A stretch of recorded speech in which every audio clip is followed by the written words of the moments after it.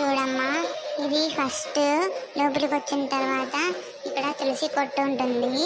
ఇక్కడ అంతా చాలా బాగా క్లీన్ చేయాలి. ఎందుకంటే తులసమ్మ ఉంది కదా, అందుకు ఎంత క్లీను, ఎంత మంచి గాలి, మంచి ఎండ పడితే తులసమ్మ కూడా బాగుంటుంది. ఇక్కడ చాలా శుభ్రంగా క్లీన్ చేయమ్మా. మంచిగా చేతులు కడుక్కొని అంత బాగా శుభ్రం చేసుకొని ఇందంతా శుభ్రం చేసుకోవాలి.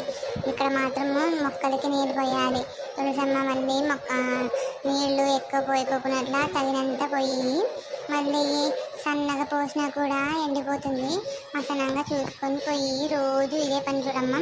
వచ్చేది ఫస్ట్ తులసమ్మ కట్ట దగ్గర బాగా క్లీన్ చేసుకొని అంతా తుడుచుకొని చేతులు కడుక్కొని నీరు పోయాలి. అర్థమైందా? అమ్మగారు, అర్థమైంది. నెక్స్ట్ వేరే దగ్గర వెళ్దాము రా. చూస్తున్నావు కదా, ఇక్కడే ఉంటాయి నీళ్ళు కానీ తుడిసే బట్టలు కానీ అన్నీ ఇక్కడే ఉంటాయి. ఇలా బకెట్లో తీసుకొని నీళ్ళు మొత్తం శుభ్రం చేసేయమ్మా. బాగా స్తంభాలు గింబాలు దుమ్ము పడినా ఏం పడినా రోజుగా కొంచెం తుడుచుకుంటూ ఎక్కడెక్కడ దుమ్ము పడిందో, ఎక్కడెక్కడ నీటికి లేవో అవన్నీ నువ్వే చూసుకొని పోవాలి చూడమ్మా. సామాన్లు కూడా కడిగేయాలి, బట్టలు కూడా ఉతకాలి. అర్థమైందా? ఏదైనా మిగిలితే పెడతాను, అన్నం కానీ కూర కానీ ఏదైనా పెడతాను. నెలకు వచ్చేసరికి ఒక 3,000 అయితే ఇవ్వగలనమ్మా. అమ్మగారు, చాలండి 3,000. అన్ని పనులు చేసి పెడతాను అండి అమ్మగారు. పేరు మాత్రం తెప్పియను, మీకు కోపం కూడా తెప్పియను. మీరేం చెప్తే ఆ పనులన్నీ చేసి పెడతానులేండి. సర్లే, పోయి మీ పని చూసుకో. నేను కొంచెం బయట పని ఉంది, నేను బయటకు వెళ్ళేసి వస్తా. అమ్మగారు, సరే.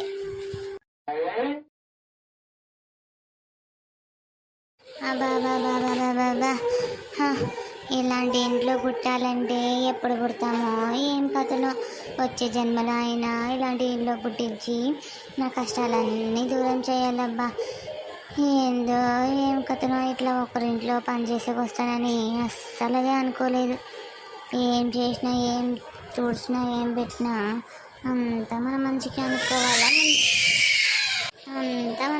అనుకోవాలా, ముందుకు సాక్కుంటూ పోవాలా, అంతే.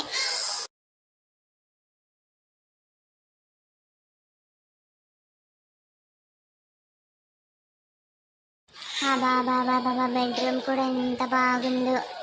ఎప్పుడు కూర్చొనింది లేదు, చేసింది లేదు. ఎంత మెత్తగా ఉందో. దీని మీద పడుకుంటే నిద్ర కూడా అలాగే వస్తుంది చూడు. ఆహా, ఎంత బాగుందో బెడ్. ఆహా, దీని మీద నిద్రపోవాలనిపిస్తుంది అబ్బా. ఇలాంటి బెడ్ చూసింది లేదు, ఏం చేసింది లేదు. అంతా ఏడాడో చూసినవి సంతోషపడేదే అయిపోయింది నా బతుకు. ఎప్పుడు మారుతుందో ఏం కథను. మళ్ళీ అమ్మగారు చూసి కోప్పడతారు, ఇలా కూర్చొని ఏం చేస్తున్నావే అని. దుప్పటి అంతా మడిచిపెట్టాలా. కిటికీలన్నీ తుడిచేసాను, స్తంభాలు కూడా అంతా తుడిచేసాను. ఏందో అమ్మగారు చాలా మంచిగా అనిపిస్తున్నారు. మంచి కుటుంబం అనిపిస్తుంది. మంచి కుటుంబానికి మంచి పని మనిషి అని అనిపించుకోవాలా. ఎందుకంటే మళ్ళీ వాళ్ళు కూడా నా మీద నమ్మకం పెట్టుకొని పిలుచుకొని ఉంటారు.